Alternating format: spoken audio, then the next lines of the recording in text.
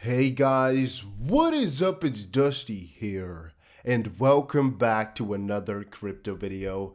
And guys, I already told you earlier today that we had to talk about this situation. Swift takes swipe at Ripple with a cheaper cross-border payment system. I have read it now, I have looked into it, and oh boy, is it interesting. Mostly also because of the consequences it had within the community. It's going to be really interesting. We have a ton of other news to cover today, so stick around, make sure you subscribe, make sure you press that like button, and comment down below. Who do you think would win, Ripple or Swift? All right, if you put that down in the comment section, let's head over right into the Bybit competition. There's just a couple of hours left. You can actually enter the competition for about 10 more hours. Maybe if we upload this video, it's just like maybe 8 more hours. I'm not really sure, but make sure you check it out. A link is down below. There's 30,000 XRP in total to be won. I think you guys are going to be winning 10. Yeah, that's exactly what's going to be happening. 10.5 thousand XRP is what you guys are going to be winning. And we talked about the ranking before, right? It's really simple how exactly it works, but just press the link down below and read into it. And very funny, if you're on this list right now, make sure you send me a little bit of a message on Discord, because I don't know, I would find it funny. The number one has already sent me a message over on Discord. We've been talking a little bit, and I really wish him the best because he's going to use the funds for, I believe, his kids' college. But yeah, if you are in the top list here winning some free XRP, let me know in Discord. I think that would be pretty cool. So to start off, got a source very high in a major bank. Now, just to be safe, just to be on the safe side, I am not going to show you this video, but I recommend you to check it out for yourself. I made sure, obviously, that I also retweeted it with my own opinion because, well, that's the way we go about it. And I basically said, I love XRP, as you guys probably know by now, but I'm personally not too happy with BitBoy all of a sudden being so bullish on XRP/Ripple. So one thing that he said, it's within this video here. He talks about the Swift Ripple situation. Global messaging, let's quickly read it and then I'll tell you guys exactly what he said and why I'm so upset about it. Global messaging network Swift has introduced a new service aimed at offering low-value cross-border payments. Swift Go launches live with 7 major banks. The new service dubbed Swift Go has been launched and is is already being used by 7 major global banks. The banks include BBVA, BNY Mellon, DNB, MyBank, Sberbank, Societe Generale, and UniCredit. Swift Go is designed to enable businesses and consumers to send payments quickly and securely anywhere in the world directly from their bank accounts. The service pre-validates data and uses tighter service-level agreements between institutions to enable banks to provide customers with a fast and predictable payments experience. Swift Go runs on the Swift GPI, which deals with high-value payments. And speaking on the new unveiling, Stefan Gilderdale, Chief Product Officer at Swift, said, Swift Go is a further step towards achieving our vision of enabling everybody anywhere to send money instantly and securely around the world. The new service is a direct response to the need of small businesses and consumers for fast, easy, predictable, secure, and competitively priced cross-border payments. And apparently here, besides Swift Go, the financial network also plans to roll out a new platform for international payments in November next year. And what BitBoy and basically an entourage of his most likely had to say about that was that this is just the testing ground for Ripple. And that this Swift part of things is literally nothing because a very high source and a very high major bank told him that. And he actually, again, he kind of giggles and says, you know what his words were? His words were, it's just testing ground or something along those lines. And what that basically kind of comes down to is that he's saying all this Swift, all the foundations that they are laying, it's going to be completely outcompeted by Ripple. Ripple's going to take it all over. And the Swift thing, it's really not that serious. It's just there to test the capabilities of the system so that Ripple can run on it properly, stuff like that. I'm not sure.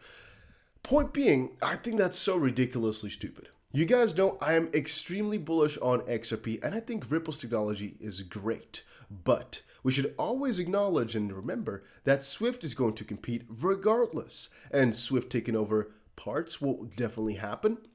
And Swift testing it for Ripple or working with Ripple in that specific sense, No way. At least not in this exact fashion. They're not testing it for Ripple. No freaking way they are. Unless there's some deeper partnership that we do not know about.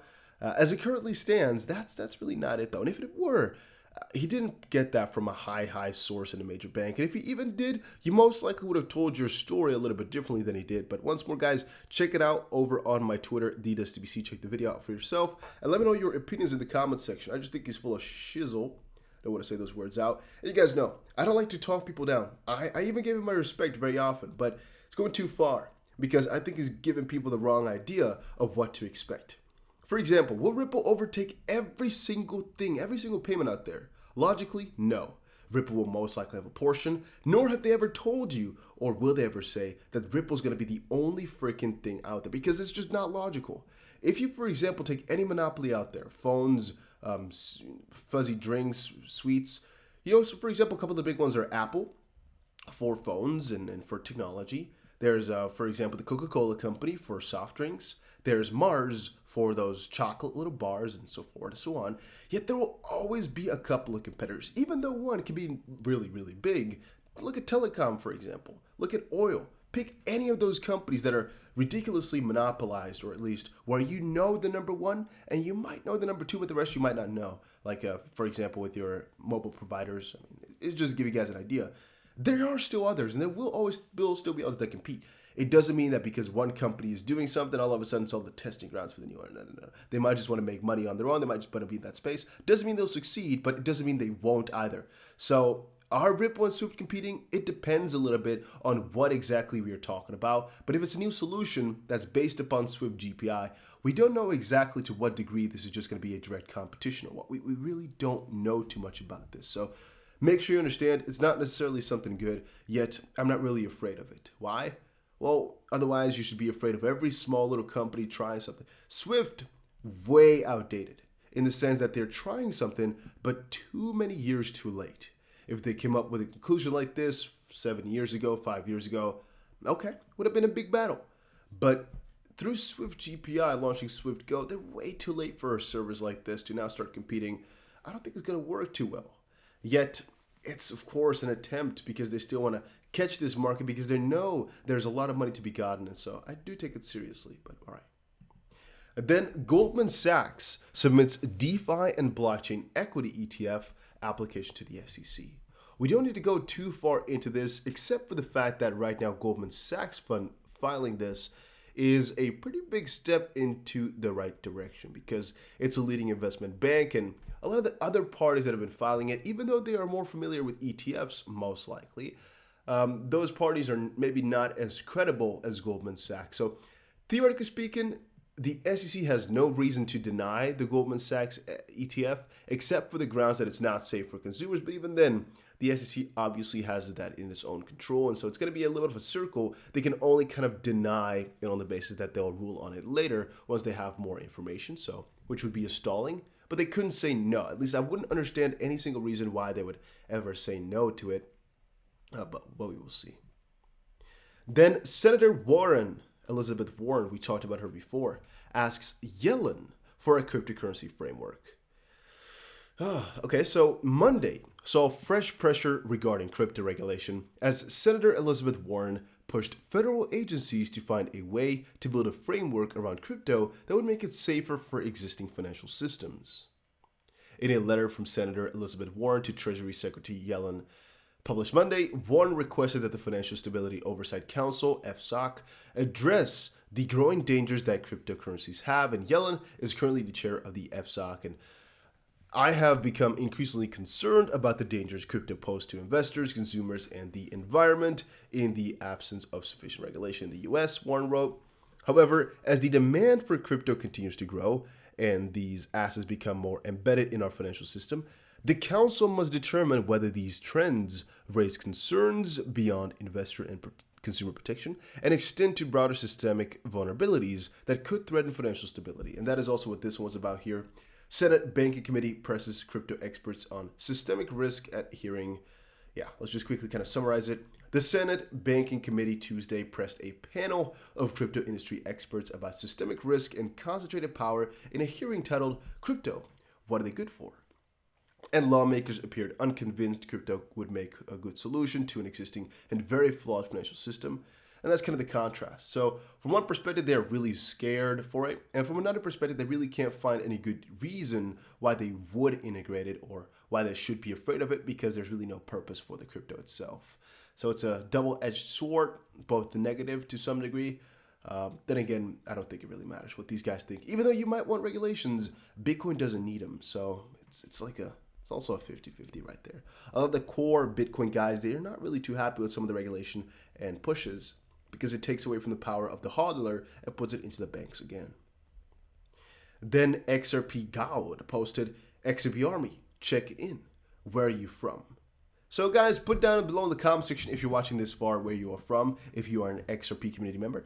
Why Army, somebody asked. Why so aggressive and violent? Why can't it just be XRP community? Well, it's because we have always been under attack. That is actually a subject for a video that I'll most likely talk about tomorrow, because there's a whole little theory I want to kind of share with you guys. But I think it also kind of comes back to the start here when we talked about BitBoy just now, and there's a couple of things in that little corner as well that relate to it. There's just a lot of stories that absolutely make no sense. On this channel here, what we base everything on is just facts, news, logic, and I guess that's basically it. A little bit of hype, because we of course want to be excited about things in the future, but it's always with a realistic twist, or always with an end note of saying, hey, but this is all just a theory, or this is just what this person wrote down. I would never tell you guys a story what I don't think is actually going to happen, because why would I? What's the purpose in that? What am I going to gain? Well, there's no gain for me, so I don't really like that. I'm not being paid by Ripple, not being paid by XRP, Ledger, people, whatever. So what's the purpose for me to talk about some miscellaneous stuff like that? Why would I lie, right? And I think a lot of these other guys are they have it in their head to lie, or they're just they've outdone themselves in terms of their expectations. Do I expect XRP price to go ridiculous in terms of crazy high? Yes. Do I think Ripple will have some massive expansion, take over the new payments realm, and do amazing? I do expect so, yes. Do I think Ripple will be partnered with every major bank out there? Yes. Do I think Ripple will be the main, or I should say XP, will be the main bridge for CBDC? Yeah, I do think so. I think that there's a good chance for that. Will, however, make that story that I just told you guys and twist it into something really just over the top positive that's so insane you're going to blow your brains out.